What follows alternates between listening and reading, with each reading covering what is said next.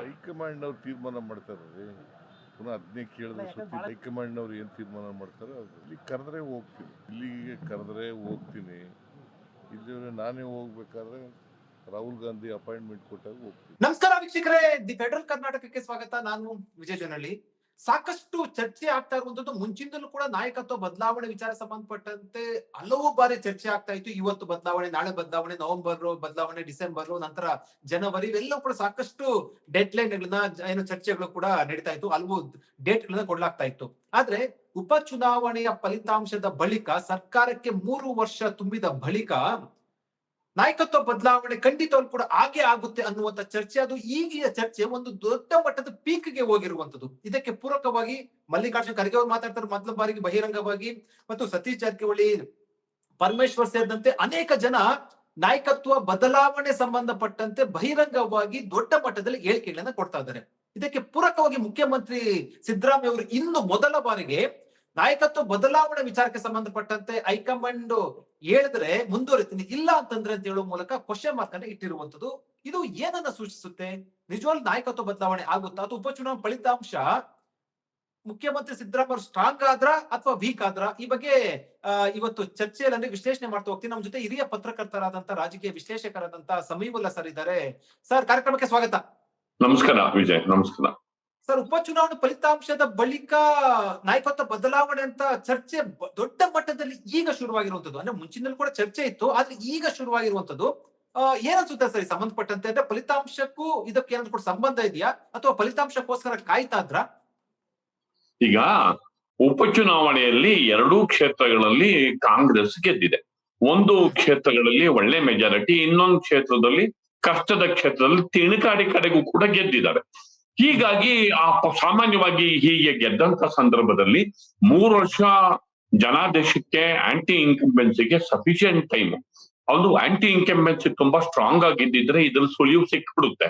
ಇದನ್ನ ಈ ಆಂಟಿ ಇನ್ಕಂಬೆನ್ಸಿನ ಇಟ್ಕೊಂಡು ಸರ್ಕಾರ ವಿಫಲ ಆಗಿದೆ ಅಂತ ಈ ಸೋಲುಗಳನ್ನು ಇಟ್ಕೊಂಡು ಪ್ರತಿಪಕ್ಷಗಳು ಲಾಜಿಕಲ್ ಎಂಡಿಗೆ ಹೋಗುವಷ್ಟು ಇದು ರಿಸಲ್ಟ್ಗೆ ಪ್ರಾಮುಖ್ಯತೆ ಇದೆ.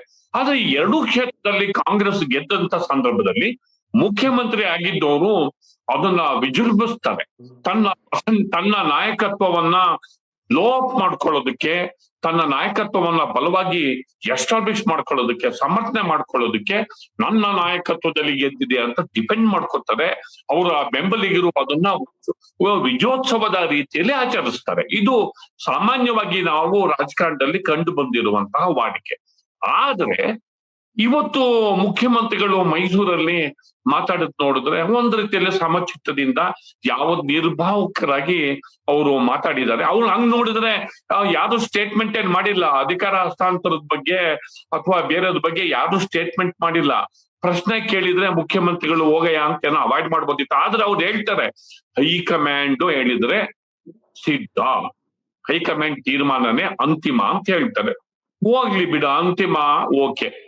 ನೆಕ್ಸ್ಟ್ ಇನ್ನೊಂದ್ಸರಿ ಕೇಳಿದಾಗ ಪತ್ರಕರ್ತರ ಮೇಲೆ ರೇಗ್ತಾರೆ.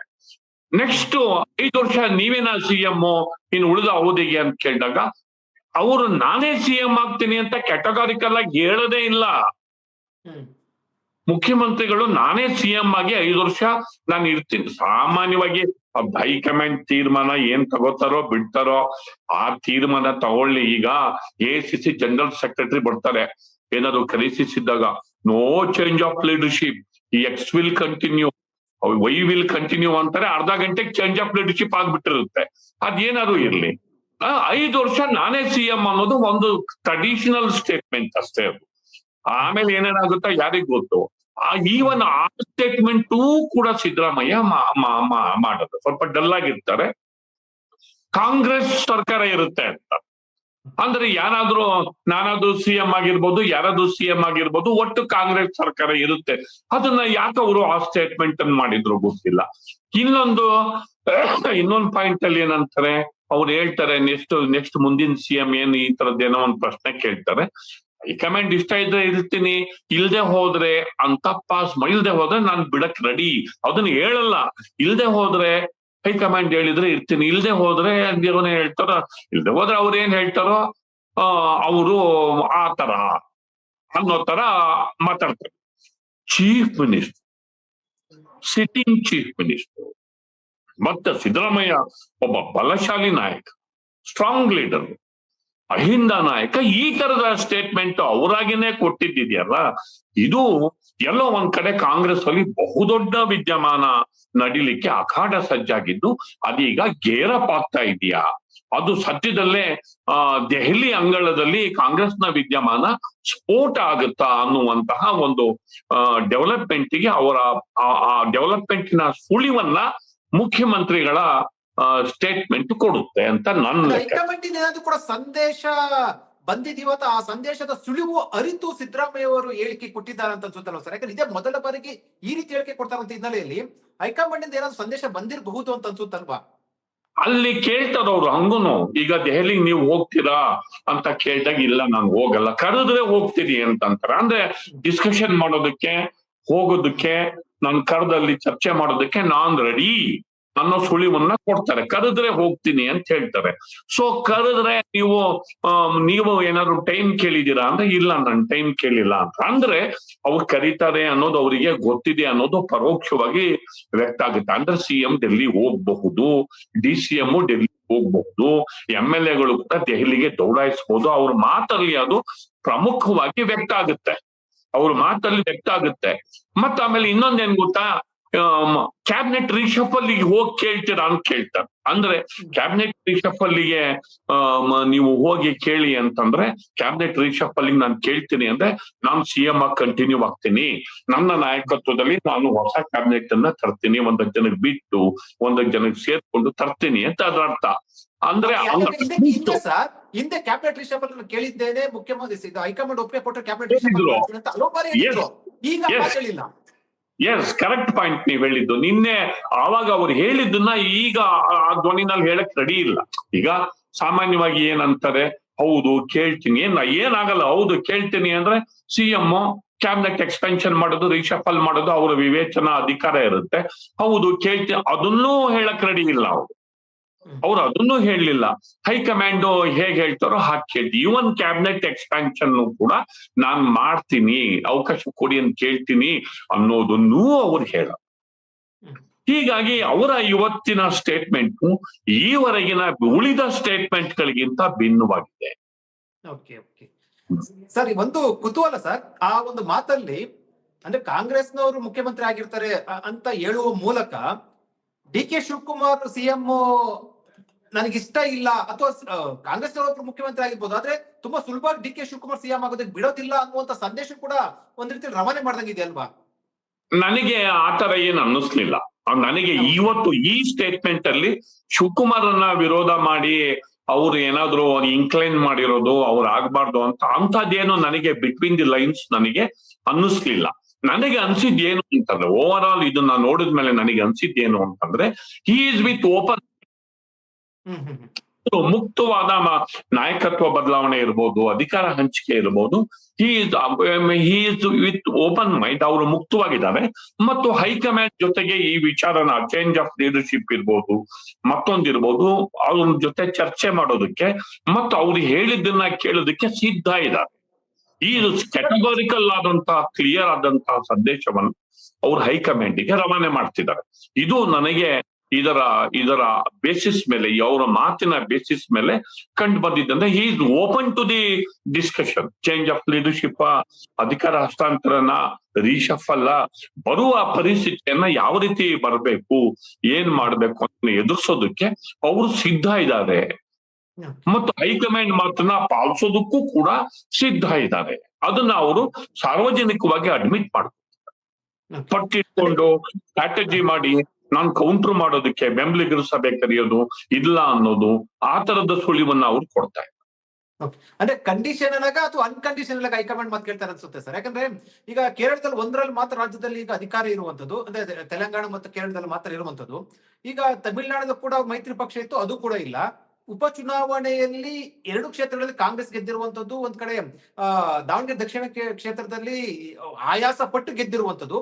ಇವೆಲ್ಲ ಹಿನ್ನೆಲೆಯಲ್ಲಿ ಸಿದ್ದರಾಮಯ್ಯ ಅವರಿಗೆ ಒಂದ್ ಸ್ವಲ್ಪ ಅಂದ್ರೆ ಇವೆಲ್ಲ ಪೂರಕವಾಗಿದೆಯಾ ಅಥವಾ ಹೈಕಮಾಂಡ್ ಎರಡು ಬಾರಿ ಯೋಚನೆ ಮಾಡುವಂತ ಪರಿಸ್ಥಿತಿ ಇದೆ ಅಂತ ಅನ್ಸುತ್ತೆ ಸರ್? ಈಗ ಅಹಿಂದ ನಾಯಕ ಇದು ಚೆನ್ನಾಗಿದೆ, ನೀವು ಕೇಳಿದ್ ಚೆನ್ನಾಗಿದೆ. ಕಂಡೀಷನ್ ಹಾಕ್ಬಿಟ್ಟು ಏನು ಅಧಿಕಾರ ತ್ಯಾಗ ಮಾಡ್ತಾರೋ ಅಥವಾ ಹಾಕ್ದಲ್ಲೇ ಅಧಿಕಾರ ತ್ಯಾಗ ಮಾಡ್ತಾರೋ, ಒಂದ್ ವೇಳೆ ಅಧಿಕಾರ ತ್ಯಾಗ ಮಾಡಿದ್ರೆ ಆಯ್ತಾ, ಇದೊಂದು ರೈಡರ್ ಇಟ್ಕೊಳ್ಳೋಣ. ಯಾಕೆಂತಂದ್ರೆ ಇನ್ನು ಹೈಕಮಾಂಡ್ ಲೆವೆಲ್ ಅಲ್ಲೇ ಏನು ಡಿಸ್ಕಷನ್ ಆಗಿಲ್ಲ ಕ್ಯಾಟಗಾರಿಕಲ್ ಆಗಿ.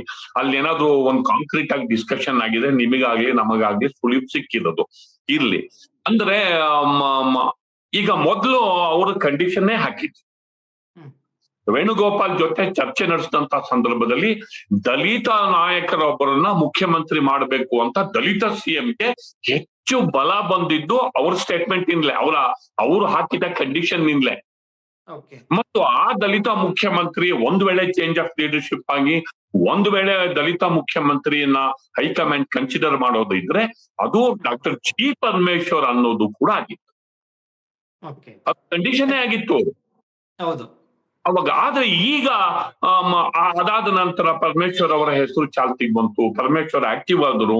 ಅವರು ದಲಿತ ಸಚಿವರ ಜೊತೆ ಚರ್ಚೆನ ಮಾಡಿದ್ರು, ಅಹಿಂದ ನಾಯಕರ ಜೊತೆ ಚರ್ಚೆ ಮಾಡಿದ್ರು, ರಾಜಣ್ಣ ಅವ್ರ ಜೊತೆಗೆ, ಜಾರಕಿಹೊಳಿ ಅವ್ರ ಜೊತೆಗೆ, ಮಹದೇವಪ್ಪ ಅವ್ರ ಜೊತೆಗೆ ಸೀರೀಸ್ ಆಫ್ ಮೀಟಿಂಗ್ ಮಾಡಿದ್ರು, ದೆಹಲಿಗೆ ಹೋದ್ರು. ಹೀಗೆ ಬೇಕಾದಷ್ಟು ಡೆವಲಪ್ಮೆಂಟ್ ಆದ್ರು. ಆದ್ರೆ ಈಗ ನಡುವೆ ಖರ್ಗೆ ಅವರ ಸ್ಟೇಟ್ಮೆಂಟು ಅಥವಾ ಸೀನಿಯರ್ ಲೀಡರ್ ಖರ್ಗೆ ಅವರು ಮುಖ್ಯಮಂತ್ರಿ ಆಗ್ಬೇಕು ಅನ್ನುವ ಒಂದು ಕೂಗು ಕೇಳಿ ಬಂದಿದ್ದು ಯಾಕೋ ಜಿ ಪರಮೇಶ್ವರ್ ಸ್ವಲ್ಪ ನೇಪಥ್ಯಕ್ಕೆ ಸಾರದ ರೀತಿಯಲ್ಲಿ ನಮಗೆ ಕಾಣ್ತಾ ಇದೆ. ಅದೇನಾಗುತ್ತೋ ಗೊತ್ತಿಲ್ಲ. ನನ್ನ ಅಬ್ಸರ್ವೇಷನ್ ಸ್ವಲ್ಪ ನಾನ್ಯಾಕೆ ಆಗ್ಬಾರ್ದು ಅಂತ ಜಿ ಪರಮೇಶ್ವರ್ ಹೇಳಿದ್ರು. ಅವರು ಈಗ ಅದನ್ನ ಹೇಳಕ್ ರೆಡಿ ಇಲ್ಲ. ಕಾಂಗ್ರೆಸ್ ಡ್ಯಾಮೇಜ್ ಆಗ್ತಾ ಇದೆ ಬಣ ರಾಜಕಾರಣದಿಂದ, ಈ ಡ್ಯಾಮೇಜ್ ತಪ್ಪಿಸ್ಬೇಕು, ಹೈಕಮಾಂಡ್ ಮಧ್ಯಪ್ರವೇಶ ಮಾಡ್ಬೇಕು, ಒಂದ್ ತೀರ್ಮಾನ ಮಾಡ್ಬೇಕು ಅಂತ ಈ ತರ ಅಂತಿದ್ದಾರೆ. ಅವಾಗ ಅವರು ಹೌದ್ರಿ ನಾನ್ಯಾಕೆ ಆಗ್ಬಾರ್ದು, ನಮ್ ಬೆಂಬಲಿಗರು ಹೇಳ್ತಾರೆ, ನಮ್ ಜೊತೆಗಿರೋರು ಹಿತೈಷಿಗಳು ಹೇಳ್ತಾರೆ, ಏನ್ ಹೇಳಿದ್ರೆ ತಪ್ಪು ಅಂತ ಹೇಳ್ತಾ ಇದ್ರು. ಇವತ್ತು ಆ ಧ್ವನಿನಲ್ಲಿ ಇಲ್ಲ ಅವರು. ಹೀಗಾಗಿ ಕಾಂಗ್ರೆಸ್ ನಲ್ಲಿ ಕ್ರಮೇಣ ಒಂದು ರೀತಿಯಲ್ಲಿ ಏನೋ ಒಂದು ಅಭಿಪ್ರಾಯಕ್ಕೆ ಬರ್ತಾ ಇದೆ. ಒಂದು ಬಿಗ್ ಡೆವಲಪ್ಮೆಂಟ್ ಗೆ ಕ್ರಮೇಣ ರಂಗ ಸಜ್ಜಾಗ್ತಾ ಇದೆ ಕಾಂಗ್ರೆಸ್ ರಾಜಕಾರಣ ಕುತೂಹಲಕಾರಿ ಘಟ್ಟಕ್ಕೆ ಒಂದು ಹೋಗ್ತಾ ಇದೆ. ಒಂದು ಹೊಸ ತಿರುವಿನತ್ತ ಕಾಂಗ್ರೆಸ್ ರಾಜಕಾರಣ ಹೋಗ್ತಾ ಇದೆ. ಅದರ ಕ್ಲೈಮ್ಯಾಕ್ಸ್ ಯಾವ ರೀತಿ ಇರುತ್ತೋ ಅದು ಕಾದ್ ನೋಡ್ಬೇಕು. ಸರ್, ಈಗ ಹೈಕಮಾಂಡ್ ಸಿದ್ದರಾಮಯ್ಯ ಆಯ್ತು ನೀವು ಮುಖ್ಯಮಂತ್ರಿ ಬಿಟ್ಕೊಡಿ ಸ್ಥಾನನ 3 ವರ್ಷ ಆಯ್ತು, ಸೊ ಬಿಟ್ಕೊಡಿ, ಡಿ ಕೆ ಶಿವಕುಮಾರ್ಗೆ ಬಿಟ್ಕೊಡಿ ಅಂತ ಹೇಳಿದ್ರೆ ಸಿದ್ದರಾಮಯ್ಯ ಆಯ್ತು ಓಕೆ ಅಂತ ಹೇಳ್ಬಿಡ್ತಾರೆ? ಅಷ್ಟು ಸುಲಭವಾಗಿ ಓಕೆ ಅಂತ ಹೇಳ್ತಾರೆ ಸರ್? ಇಲ್ಲ, ನನಗೆ ಅದ್ರ ಬಗ್ಗೆ ಇನ್ನೂ ಕ್ಲಾರಿಟಿ ಸಿಗ್ತಾ ಇಲ್ಲ. ಇದೊಂದು ಪಾಯಿಂಟ್ ನೀವು ಹೇಳಿದ್ ಒಳ್ಳೇದಾಯ್ತು. ಒಂದು 20ನೇ ತಾರೀಕಿಗೆ 3 ವರ್ಷ ತುಂಬ್ತಿರುವ ಹೊತ್ತಲ್ಲಿ ಅವರ ಮನಸ್ಥಿತಿನೂ ಕೂಡ ಅಲ್ಲಿಗೆ ಅದು ರೀಚ್ ಆಗ್ತಾ ಇದೆ ಅಂತ ಅನ್ನಿಸ್ತಾ ಇದೆ. ಅಂದ್ರೆ 3 ವರ್ಷ ತುಂಬ್ತಿರೋ ಹೊತ್ತಲ್ಲಿ ಅವರು ಒಂದ್ ರೀತಿನಲ್ಲಿ ಆಯ್ತು, ನನಗೆ ಒಂದು ಗೌರವ ಸಿಕ್ಕಿದೆ, ಒಂದು ದಾಖಲೆ ಸಿಕ್ಕಿದೆ, ನನಗೆ ಸಾಕಷ್ಟು ಅವಧಿನಲ್ಲಿ ಕರ್ನಾಟಕ ರಾಜ್ಯಭಾರ ಮಾಡೋದಕ್ಕೆ ಅವಕಾಶ ಸಿಕ್ಕಿದೆ, ಎಲ್ಲರೂ ಕೋಆಪರೇಟ್ ಮಾಡಿದ್ದಾರೆ, ಹೈಕಮಾಂಡ್ ಕೋಆಪರೇಟ್ ಮಾಡಿದ್ದಾರೆ, ಕರ್ನಾಟಕದ ನಾಯಕರು ಕೂಡ ಕೋಆಪರೇಟ್ ಮಾಡಿದ್ದಾರೆ ಅನ್ನುವಂತಹ ಒಂದು ಮೈಂಡ್ ಸೆಟ್ಗೆ ಸಿದ್ದರಾಮಯ್ಯ ತಲುಪ್ತಾ ಇದ್ದಾರೆ. ಇತ್ತೀಚೆಗೆ ರೋಡ್ ನಲ್ಲಿ ಒಂದು ಅವರ ಬೆಂಬಲಿಗರ ಸಭೆ ಆಯಿತು.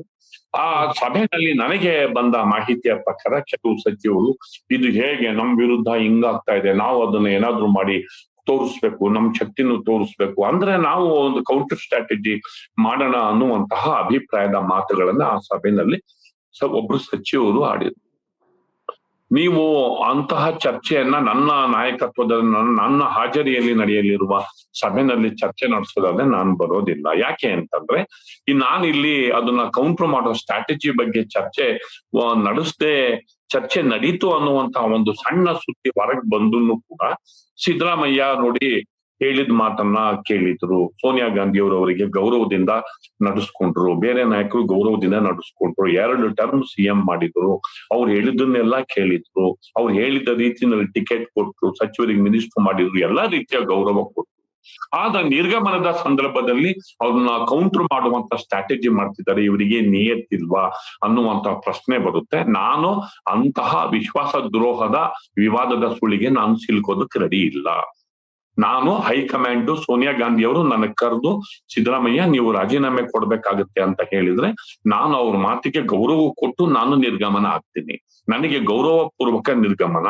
ಆದ್ರೆ ಕೌಂಟರ್ ಮಾಡೋದು, ಪ್ರತಿ ಷರತ್ತುಗಳನ್ನ ಹಾಕೋದು, ಏನೋ ಮಾಡೋದು ನಾನು ಆ ತರ ಕೊಡಲ್ಲ. ನನ್ನನ್ನು ಅಷ್ಟು ಪ್ರೀತಿಯಿಂದ ನಡೆಸ್ಕೊಂಡಿದ್ದಾರೆ ಮತ್ತು ಅವ್ರದೇ ಆದ ಲೆಕ್ಕಾಚಾರಗಳಿಗೆ ಅವ್ರೇನೋ ಒಂದ್ ಮಾಡ್ತಾರೆ ಅನ್ನೋದಿತ್ತು ಅಂದ್ರೆ ನನ್ ಸಹಕಾರ ಇರುತ್ತೆ. ಈ ಮೀಟಿಂಗ್ ಅನ್ನ ಕರೆದು ನಾನು ಕೌಂಟರ್ ಸ್ಟ್ರಾಟಜಿ ಮಾಡ್ತಿದ್ದೀನಿ ಅಂತ ಹೊರಗೆ ಜಗತ್ತಿಗೆ ಇದ್ ಮಾಡಿದ್ರೆ ನೋಡಪ್ಪ ಇಷ್ಟು ವರ್ಷ ಅಧಿಕಾರ ಕೊಟ್ಟು ಈಗ ಬಿಡೋ ಸಂದರ್ಭದಲ್ಲಿ ಈ ತರ ಮಾಡ್ತಿದ್ರು ಸರಿ ಇಲ್ಲ ಅಂತ ನನ್ನ ವರ್ಚಸ್ಸಿಗೆ ಧಕ್ಕೆ ಆಗುತ್ತೆ.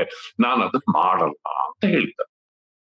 ಸರ್, ಕಾಂಗ್ರೆಸ್ ಪಕ್ಷ ಎಲ್ಲವನ್ನು ಕೂಡ ಸಿದ್ದರಾಮಯ್ಯ ಅವರು ಕೊಟ್ಟಿದೆ ಅಂದ್ರೆ ಮತ್ತೆ ಒಂದಷ್ಟನ್ನು ಕೂಡ ಸಹಿಸಿಕೊಂಡಿದೆ. ಯಾಕಂದ್ರೆ ನಿಮ್ಗೆ ಏನು MLC ಆಯ್ಕೆ ಮಾಡೋ ಸಂದರ್ಭದಲ್ಲಿ ಅಂದ್ರೆ MLC ಮಾಡೋ ಸಂದರ್ಭದಲ್ಲಿ ನಿಮ್ಗೆ ಕ್ರಾಸ್ ವೋಟಿಂಗ್ ಮಾಡಿ ಪಕ್ಷದ ವಿರುದ್ಧ ಹೋದಾಗ್ಲೂ ಕೂಡ ಹೈಕಮಾಂಡ್ ಸಿದ್ದರಾಮಯ್ಯ ಅವರನ್ನ ವಿರುದ್ಧ ಕ್ರಮ ಕೈಗೊಂಡಿಲ್ಲ. ಅದೇ ರೀತಿ ಅಧಿಕಾರ, ಪ್ರತಿಪಕ್ಷ ನಾಯಕನ ಅಧಿಕಾರ, 2 ಬಾರಿ CM ಎಲ್ಲವೂ ಕೂಡ ಕೊಟ್ಟಂತ ಸಂದರ್ಭದಲ್ಲಿ ಹೈಕಮಾಂಡ್ CM ಸ್ಥಾನದ ಇಳೀರಿ ಅಂತಂದ್ರೆ ಯಾವುದು ಕಂಡೀಷನ್ ಆಗ್ತದೆ ಅಥವಾ ಗೌರವ ಕೊಟ್ಟು ಇಳಿದ್ಬಿಟ್ಟು ಹೋಗ್ತಾರೋ ಅಥವಾ ತೆರೆಮರೆಯಲ್ಲಿ ಏನಾದ್ರು ಕೂಡ ಕಸರತ್ ಮಾಡ್ತಾರೆ?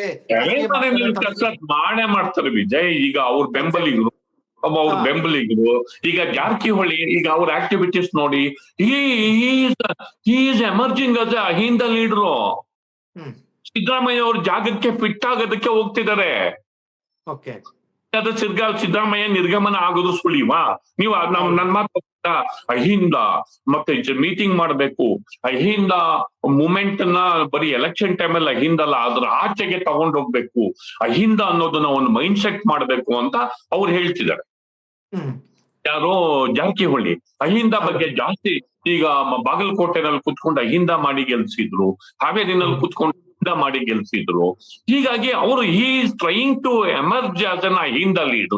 ಯಾಕಾಗಿ ಸಿದ್ದರಾಮಯ್ಯನವರಿಂದ ತೆರವಾಗಬಹುದಾದ ಸ್ಥಾನಕ್ಕೆ ಪರ್ಯಾಯ ನಾಯಕನಾಗಿ ಕಾಲಕ್ರಮೇಣ ಹೊರಹೊಮ್ಮುವ ಪ್ರಯತ್ನದ ಭಾಗವೇ ಇದೇ ಪ್ರಶ್ನೆ ಸರ್. ಆಗ ಸಿದ್ದರಾಮಯ್ಯ ಹೀಗಾಗಿ ಅವರು ನೇರವಾಗಿ ಶಿವಕುಮಾರ್ ಮಾಡಬಾರ್ದು ಇವ್ರನ್ನ ಮಾಡ್ಬೇಕು ಅಂತ ಹೇಳ್ದಲೇ ಇರಬಹುದು. ಬಟ್ ಅವರ ಅಧಿಕಾರದಿಂದ ತೆರವಾದ ನಂತರದ ಸಂದರ್ಭದಲ್ಲಿ ತನ್ನ ಬಲ, ತನ್ನ ಸಂಪರ್ಕ, ತನ್ನ ಶಾಸಕರ ಬೆಂಬಲ ಇವೆಲ್ಲವನ್ನ ಬಳಸಿ ಏನ್ ಮಾಡ್ಬೇಕು ಮಾಡ್ತಾರೆ. ಎಕ್ಸಾಕ್ಟ್ಲಿ. ಆಗ ಹೈಕಮಾಂಡ್ ಆಗ ನಿಜವಾಗ್ಲೂ ಟಾಸ್ಕ್ ಇರುವಂತದ್ದು, ನಿಜವಾಗ್ಲೂ ಇಕ್ಕಟ್ಟಿಗೆ ಸಿಲ್ಕುವಂತದ್ದು ಆಗ ಹೈಕಮಾಂಡ್ ಅಲ್ವಾ? ತೀರ್ಮಾನ ತಗೋಬೇಕಾದ್ರೆ ಇವ್ರ ಮಾತು ಕೇಳ್ಕೊಂಡು ತೀರ್ಮಾನ ತಗೋತಾರೋ ಅಥವಾ ಅವರು ಅವ್ರದೇ ಆದ ಲೆಕ್ಕಾಚಾರಗಳಿದೆಯೋ? ಯಾಕೆಂದ್ರೆ ಖರ್ಗೆ ಅವರಿದ್ದಾರೆ, ಖರ್ಗೆ ಅವರಿಗೆ ರಾಜಕಾರಣ ಕೊಟ್ಟು ಆಮೇಲೆ ಸಿದ್ದರಾಮಯ್ಯನವರು ಏನು ಫುಲ್ ಫೇರ್ ಆಗಿರೋ ರಾಜಕಾರಣ ಮಾಡ್ತಾರೆ ಅಂತೇನಿಲ್ಲ. ಅವರು ಸಂದರ್ಭಗಳು ಬಂದಾಗ ಅವರು ಮೂಗಿನೇರದ ರಾಜಕಾರಣ, ಕಟ್ಟೋಟ್ ರಾಜಕಾರಣನೂ ಮಾಡ್ತಾರೆ. ಏನ್ ಕಮ್ಮಿ ರಾಜಕಾರಣ ಏನ್ ಸಿದ್ದರಾಮಯ್ಯ ಏನ್ ಮಾಡಲ್ಲ. ಈಗ ಎಲ್ಲ ಅವ್ರು ಮಾಡಿದ್ದೆಲ್ಲ ಸರಿ ಅಂತ ಏನ್ ಹೇಳೋದಕ್ಕೇನ್ ಆಗೋದಿಲ್ಲ. ಅವ್ರು ಮೂಗಿನ ನೇರದ ರಾಜಕಾರಣ ಅವ್ರು ಮಾಡ್ತಾರೆ. ಅಂತ ಸಂದರ್ಭ ಬಂದಾಗ ಇನ್ ಬೇರೆ ಅವ್ರ ಹತ್ರ ಒಂದ್ ಪಾಯಿಂಟ್ಸ್ ಇರುತ್ತೆ, ಹೈಕಮಾಂಡ್ ಹತ್ರ ಬೇರೆ ಆಸ್ಪೆಕ್ಟ್ ಇರುತ್ತೆ.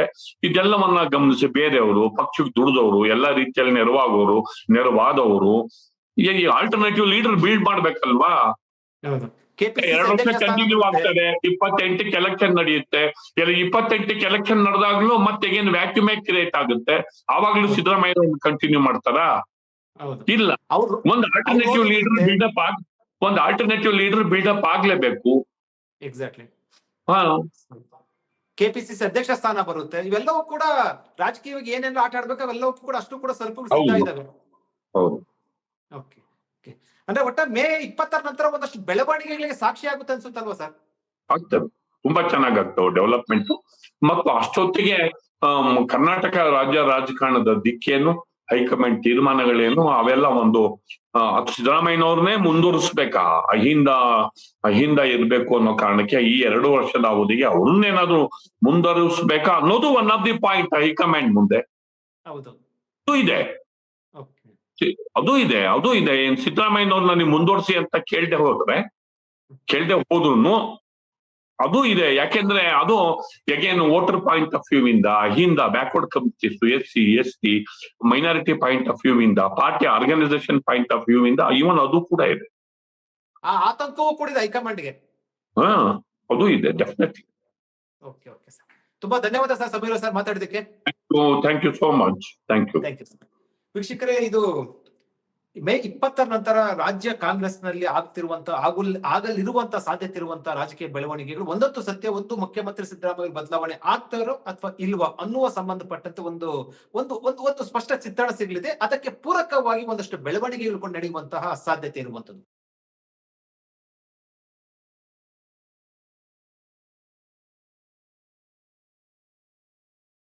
ಹೆಚ್ಚಿನ ಸುದ್ದಿ ಅಪ್ಡೇಟ್ಗೆ ಈಗಲೇ the federal Karnataka YouTube page ಅನ್ನು ಸಬ್ಸ್ಕ್ರೈಬ್ ಮಾಡಿ.